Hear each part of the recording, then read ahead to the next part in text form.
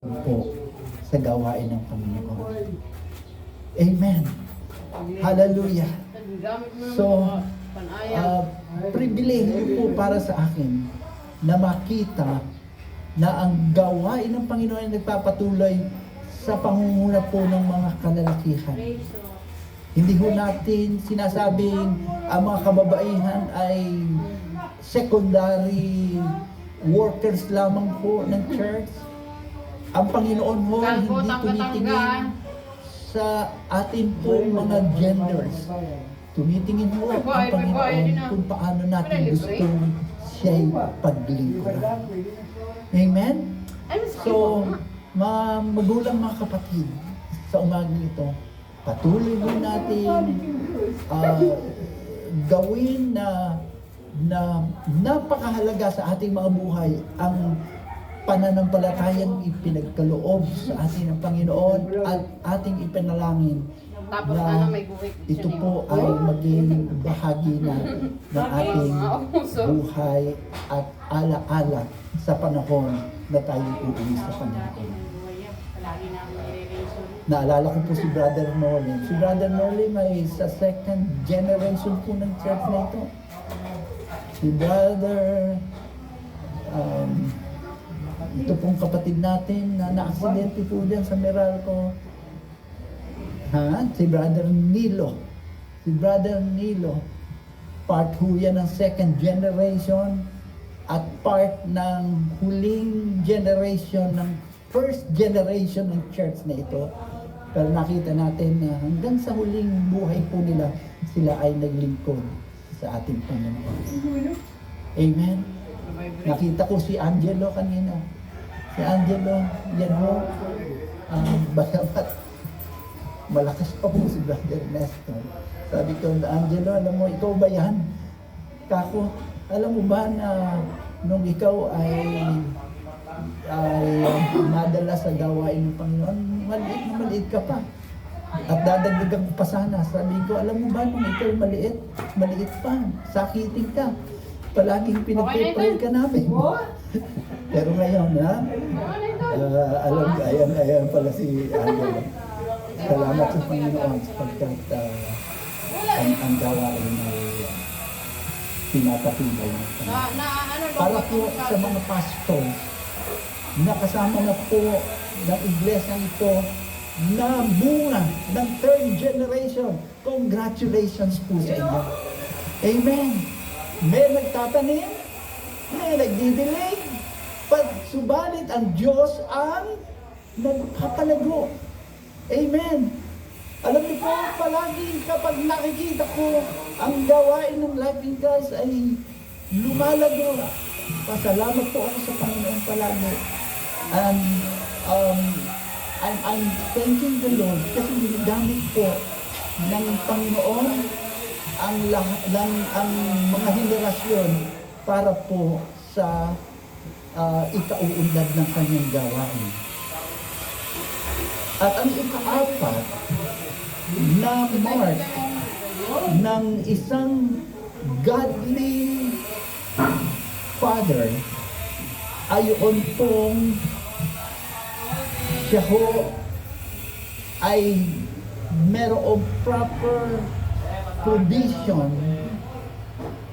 para sa kanyang pamilya. He provides the family's needs.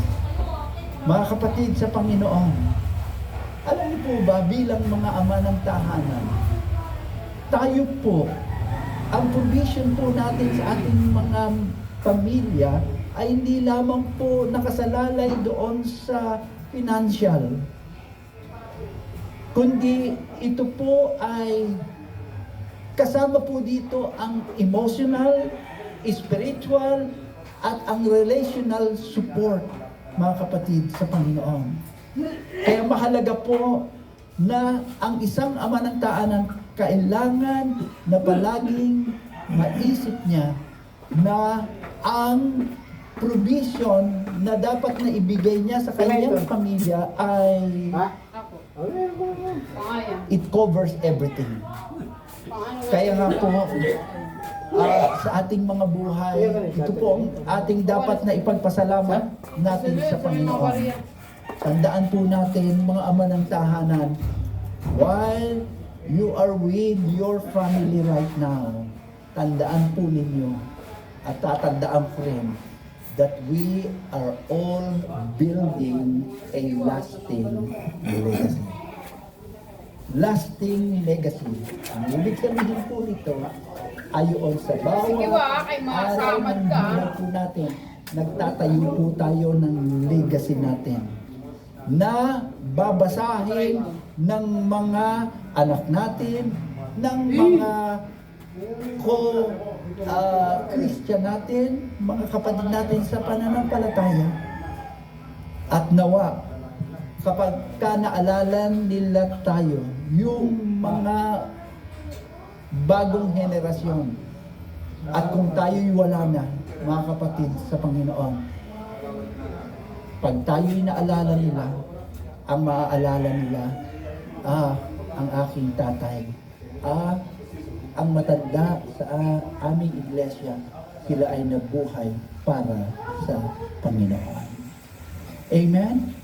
So, ano po ang sa akin pong pagtatapos ng mensaheng ito, mga kapatid, tandaan po natin that the world needs fathers who reflect the character of God and His heart. Tandaan po natin na tayo po ay merong dapat panghawakan sa ating mga buhay, dapat nating tayuan para po sa ating paglakad sa araw-araw ng ating buhay. Hindi mo natin magagawa ang mga bagay na yan, kundi kailangan natin ang tulong ng Panginoon. Naipanalangin na po kayo kanina at ito pong panalangin nadinig natin kanina para sa mga tatay ay mahalaga na pagpapahalaga sa kanilang mga buhay, especially ngayon na ating inaalala ang pagpaparangal sa kanilang mga buhay. Salamat po mga tatay. Salamat sa inyong mga buhay. Salamat sa inyong paglilingkod sa pamagitan ng iglesyang ito. Ino-honor po ng Panginoon ang lahat ng inyong ginagawa. Ang mahalaga lamang, gawin ninyo ito ng buong puso, buong lakas at buong pag-iisip. At ito po ay magdadala sa inyo ng kasiyahan sa inyong paglakad sa paglilingkod sa Panginoon. So, God bless you po. Magkikita po tayo sa second service inyong gawain ngayong umaga. God bless you. God bless you, Pastor Greg. God bless you. What a wonderful message. Isang hamon, build a lasting legacy. Sabi mo nga sa katabi mo, kung yan ay kalalakihan, build a lasting legacy.